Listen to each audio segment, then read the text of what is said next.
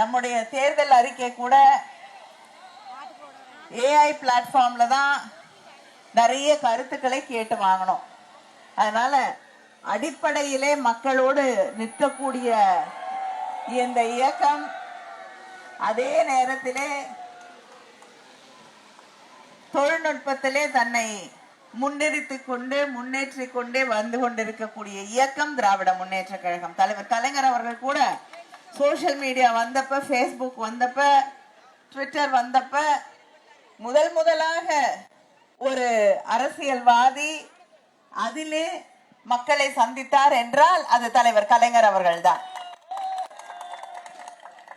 அப்படிப்பட்ட இயக்கத்தை இன்று நடத்தி கொண்டிருக்கக்கூடிய நம்மளுடைய முதலமைச்சர் அண்ணன் தளபதி அவர்களுடைய ஆசியை பெற்றிருக்கக்கூடிய நம்முடைய வேட்பாளர், அதே நேரத்திலே அன்னை சோனியா காந்தி அவர்களுடைய ஆசியை பெற்றிருக்கக்கூடிய வேட்பாளர் ராகுல் காந்தி அவர்களும், காங்கிரஸ் தலைவராக இருக்கக்கூடிய மரியாதைக்குரிய கார்கே அவர்களும் தேர்ந்தெடுத்து உங்கள் கைகளிலே ஒப்படைத்திருக்கக்கூடிய நம்முடைய வேட்பாளர் ரூபி மனோகரன் அவர்களுக்கு கை சின்னத்திலே வாக்களித்து அவரை வெற்றி பெற செய்ய வேண்டும் வேண்டும் வேண்டும் என்று உங்களை எல்லாம் வேண்டி கேட்டுக்கொள்கிறேன்.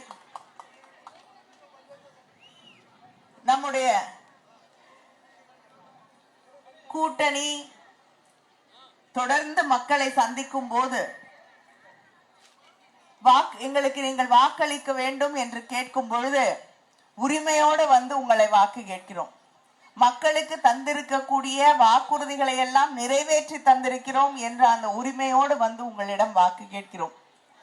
எங்களுடைய முதலமைச்சர் இங்க இருக்கக்கூடிய சகோதரிகளுக்கெல்லாம் மகளிர் உரிமை தொகையாக 1000 ரூபாய் தருகிறேன் என்று சொன்னார். அதை நிறைவேற்றி இன்னைக்கு 1,31,00,000 சகோதரிகள் அதை பெற்றுக் கொண்டிருக்கிறார்கள் என்று உரிமையோடு வந்து வாக்கு கேட்கிறோம். ஆனால் எதிரணியிலே இருக்கக்கூடிய அதிமுக, பிஜேபி என்ற கூட்டணி தொடர்ந்து மக்களுக்கு எதிராக ஒரு கூட்டணியை உருவாக்கி இருக்கிறார்கள்.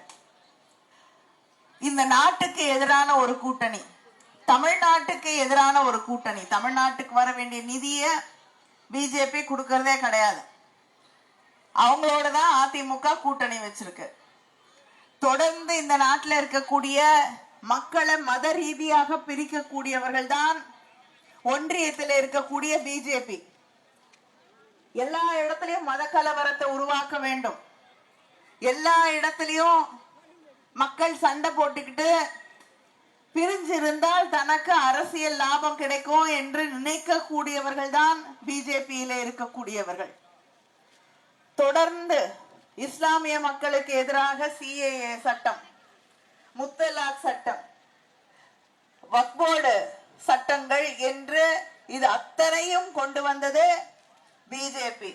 இது எல்லாத்தையும் அமைதியா தன்னை காப்பாத்திக்கிட்டா போதும் அப்படின்னு ஆதரிச்சது எடப்பாடி பழனிசாமி. சமீபத்துல FCRA அப்படின்னு ஒரு சட்டம், வெளிநாட்டு நிதி பங்களிப்பு ஒழுங்குமுறை சட்டம், திருத்த சட்டம், அதை கொண்டு வந்திருக்காங்க நாடாளுமன்றத்துல. நம்ம எல்லாருக்கும் தெரியும், இந்த பகுதியிலே ஏன் தமிழ்நாடு முழுவதும், இந்த நாடு முழுவதும் பல பள்ளிக்கூடங்கள், மருத்துவமனைகள், முதியோருக்கான காப்பகங்கள், யாருமே ஆதரவற்றவர்களுக்கான காப்பகங்களை தொடர்ந்து நடத்தி கொண்டு வருவது நம்முடைய சிறுபான்மை மக்கள் நடத்தக்கூடிய இந்த காப்பகங்கள்ல வெளிநாட்டு பணம் வந்து அந்த பள்ளிக்கூடங்கள் நடத்தப்பட்டிருக்கிறது, கட்டப்பட்டிருக்கிறது. அது மட்டும் இல்லாம மக்களுக்காக போராடக்கூடிய எத்தனையோ இயக்கங்கள், எத்தனையோ என்ஜிஓக்கள் அவது வெளிநாட்டிலிருந்து பணம் பெற்று மக்களுக்கான பணிகளை செய்து கொண்டிருக்கிறார்கள். ஆனா பிஜேபி என்ன நினைக்குது, அந்த பணம் தன்னுடைய கட்சிக்கு மட்டும்தான் வரணும், வேற யாருக்கும் மக்களுக்கு பயன்படக்கூடாது அப்படின்னு நினைச்ச ஒரு சட்டத்தை கொண்டு வராங்க. வேற யாரும் வெளிநாட்டுல இருந்து பணம் கொண்டு வந்து மக்களுக்கு பயன்படுத்தினா அதை நாங்க கேட்கிற சர்டிபிகேட் நாங்க கேட்கிற விதமாக கொடுத்தாதான் நாங்க அனுமதிப்போம். இல்லைன்னா அந்த நடத்தக்கூடிய நிறுவனத்தோட எல்லா சொத்தும் எங்களுக்கு தான் சொந்தம் என்று அவர்களை மிரட்டக்கூடிய விதமாக, சிறுபான்மை மக்களை மிரட்டக்கூடிய விதமாக, மக்களுக்காக நடத்தக்கூடிய சேவை மையங்களை மிரட்டக்கூடிய வகையிலே இந்த அரசாங்கத்தை எதிர்த்து கேள்வி கேட்கக்கூடிய நிறுவனங்களை ஒடுக்கக்கூடிய வகையிலே ஒரு சட்டத்தை கொண்டு வருகிறார்கள். அதை எதிர்த்து, அந்த சட்டத்தை எதிர்த்தது திராவிட முன்னேற்ற கழகம், காங்கிரஸ், நம்முடைய முதலமைச்சர் அண்ணன் தளபதி அவர்கள். ஆனா இதுவரை அதை பற்றி வாய்க்கூட திறக்காமல் இருப்பது நம்முடைய அமித்ஷா, திமுகவை நடத்திக்கிட்டு இருக்கக்கூடிய எடப்பாடி பழனிசாமி. அது சொன்னா வேற வருத்தப்படுவாரு, என்ன போய் இப்படி சொல்றாங்க அப்படின்னு. நீங்க யார வேணாலும் போய் டெல்லியில பாருங்க, எங்களுக்கு அதை பத்தி ஒரு ஆட்சேபனையும் கிடையாது. நீங்க எப்படி போய் பாக்குறீங்கிறதா எங்களுக்கு கேள்வி. ஒரு தடவை போய் காலில் விழுறீங்க, இன்னொரு தடவை போறீங்க, இருட்டுல போயிட்டு பார்த்துட்டு வரீங்க, கேட்டா நான் இல்லை நான் அவன் இல்லைங்கிறீங்க.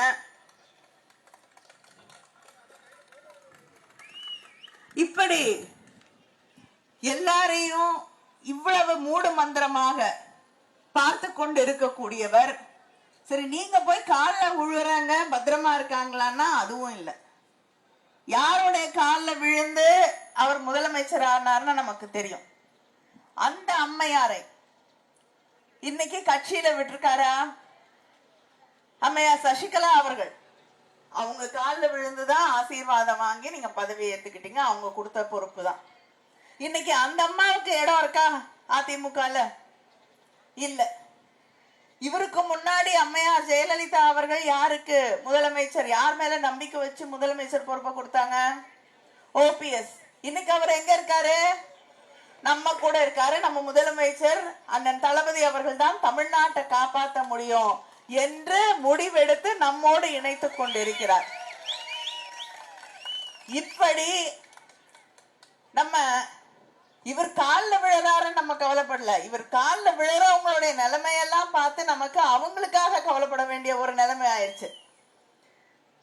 அதனால இப்படிப்பட்ட ஒருவரை நாம் தெளிவாக புரிந்து கொள்ள வேண்டும். அந்த கூட்டணி தமிழ்நாட்டுக்கு எதிரான கூட்டணி, தமிழ் மக்களுக்கு எதிரான கூட்டணி, தமிழ் பெருமைகளுக்கு எதிரான கூட்டணி, தமிழ் மொழிக்கு எதிரான கூட்டணி, தமிழ் பிள்ளைகளுக்கு எதிரான கூட்டணி, மாநில உரிமைகளுக்கு எதிரான கூட்டணி என்பதை புரிந்து கொண்டு இந்த தேர்தலிலே அவர்களுக்கு சரியான பாடத்தை நாம் சொல்லித்தர வேண்டும் வேண்டும் வேண்டும் என்று உங்களை எல்லாம் வேண்டி கேட்டுக்கொள்கிறேன்.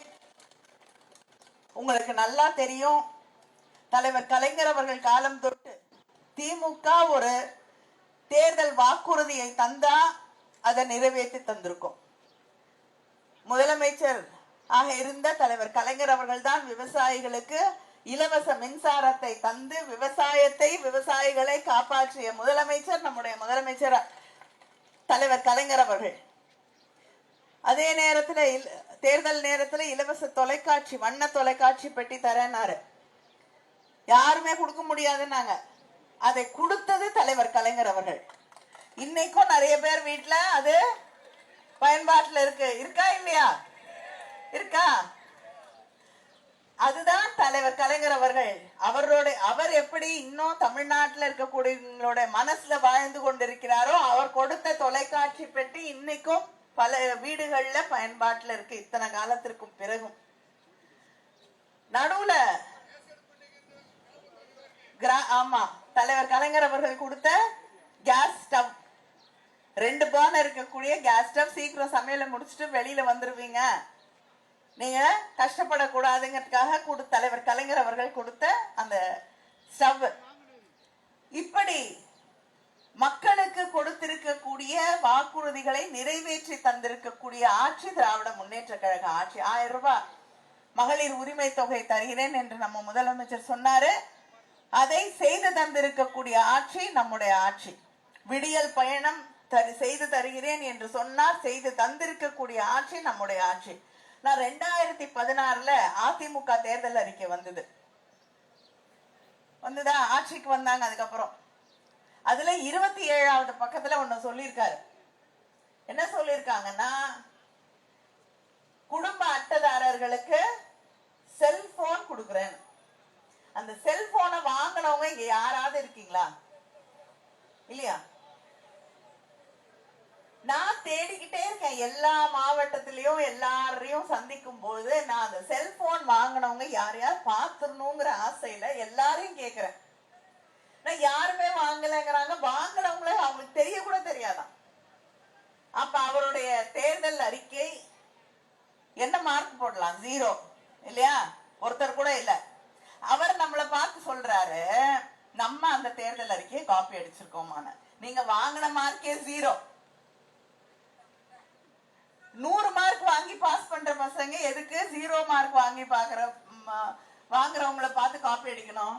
ஏன்னா நம்ம தேர்தல் அறிக்கை சொன்னால் செய்யக்கூடிய தேர்தல் அறிக்கை இல்லையா? அதனாலதான் நம்ம முதலமைச்சர் அவர்கள் 8000 ரூபாய் தரப்போறேன் அப்படின்னு சொன்ன உடனே சகோதரிகள் நம்பிக்கையோடு காத்திருக்கிறார்கள். உங்களுக்கு எது வேணும்? யாராவது உங்களுக்கு தான் நான் தரப்போறேன் நீங்க வாங்கி வச்சுக்கணும்னு சொல்லல.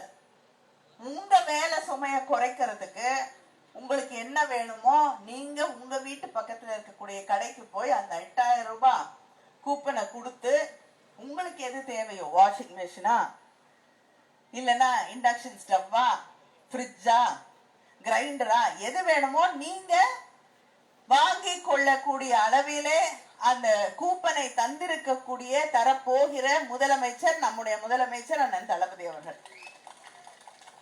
அதே போல மகளிர் உரிமை தொகை ஆட்சிக்கு வந்த உடனே இன்னும் 1 மாசம் தான் இருக்கு இல்லையா? திராவிட முன்னேற்ற கழக ஆட்சி தான் நம்முடைய முதலமைச்சர் அண்ணன் தளபதி அவர்களுடைய ஆட்சி. மகளிர் உரிமை தொகை எவ்வளோ? 2000 உயர்த்தி வழங்கப்படும். அதே போல கல்லூரியில படிக்கக்கூடிய இளைஞர்களுக்கு, இளம் பெண்களுக்கு தந்து கொண்டிருக்கக்கூடிய மாதம் 1000 ரூபாய் 1500 உயர்த்தி வழங்கப்படும்.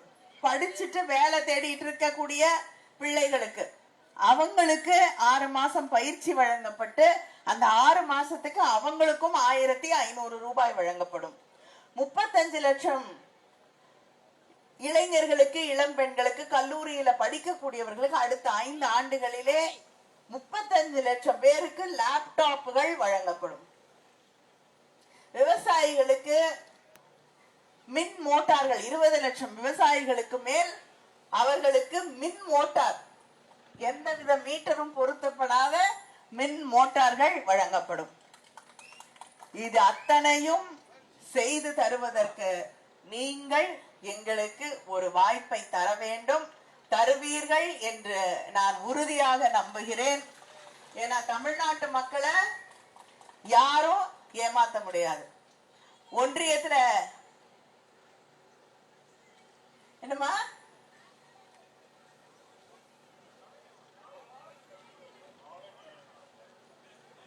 நெல்லுக்கு வந்த உடனே எனக்கு ஒரு பெரிய நெல் கட்டு கொடுத்து அது நன்றி சொன்னாங்க.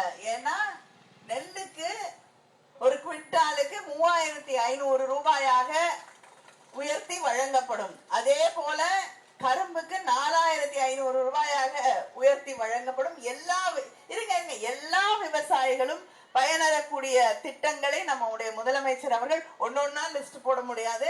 நிச்சயமா எல்லாருக்கும் பயன்படக்கூடிய வகையிலே, விவசாயிகள் மிகப்பெரிய பயன்பெறக்கூடிய வகையிலே அந்த பகுதியில இருக்கக்கூடியவர்களுக்கான பயன்களை நிச்சயம் ஆட்சி பொறுப்பிற்கு வந்தவுடன் செய்து தருவோம் என்பதை நாங்கள் உங்களுக்கு உறுதியாக தெரிவித்துக் கொள்கிறேன்.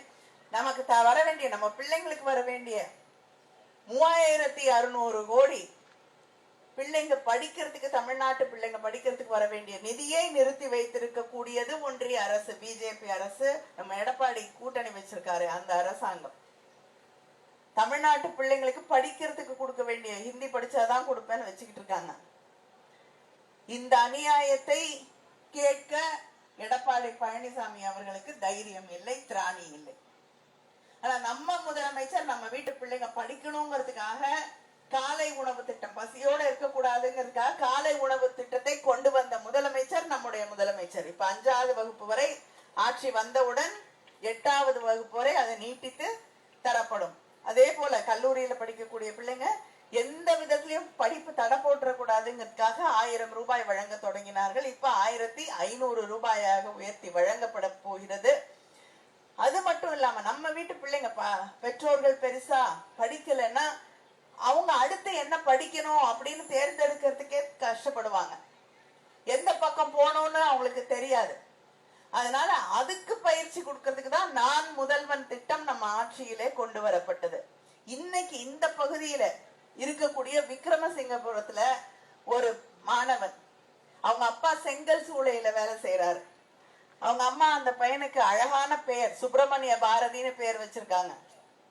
அந்த இளைஞன் நம்முடைய நான் முதல்வன் திட்டத்தின் வழியாக படித்து சென்னைக்கு நம்ம அரசாங்கம் ட்ரைனிங் சென்டர் அங்க நடத்திட்டு இருக்காங்க. அங்க போய் அந்த ட்ரைனிங்க்கு போகக்கூடிய நேரத்துல 7500 ரூபாய் யூபிஎஸ்சி ட்ரைனிங்க்கு போகக்கூடிய நேரத்துல அவனுக்கு மாதம் தரப்பட்டது. அந்த இளைஞர் சொல்கிறார், எங்க அப்பா சில நேரத்துல வாங்கின சம்பளத்தை விட நான் படிக்க வந்ததுக்காக இந்த முதலமைச்சர் எனக்கு அதிகமாக ஊக்கத்தொகையை தந்தார் என்று சொல்கிறார். அவர் இன்னைக்கு IAS ட்ரைனிங்க்கு போயிருக்கார். இந்த பகுதியிலே தந்தை தாய் 2 பேரும் தன்னுடைய பிள்ளையை படிக்க வாய்ப்பில்லை என்று நினைத்து கொண்டிருந்த ஒரு குடும்பத்திலிருந்து வந்த ஒரு இளைஞன் சுப்பிரமணிய பாரதி இன்னைக்கு IAS ட்ரைனிங்ல இன்னைக்கு இருக்கார். பரீட்சையெல்லாம் பாஸ் பண்ணிட்டு. ஏன்னா நம்முடைய முதலமைச்சர் அவர்கள் கொண்டு வந்த அந்த நான் முதல்வன் திட்டத்தின் வழியாக. ஒரு பெண் ஜப்பான்ல இருக்கு வேலை பார்த்துக்கிட்டு இந்த நான் முதல்வன் திட்டத்தின் வழியாக அங்க போன பிள்ளை ஜாப்பனீஸ் கத்திக்கிட்டு நேரா முதலமைச்சருக்கு ஜாப்பனீஸ் மொழியில நன்றி சொல்லுது.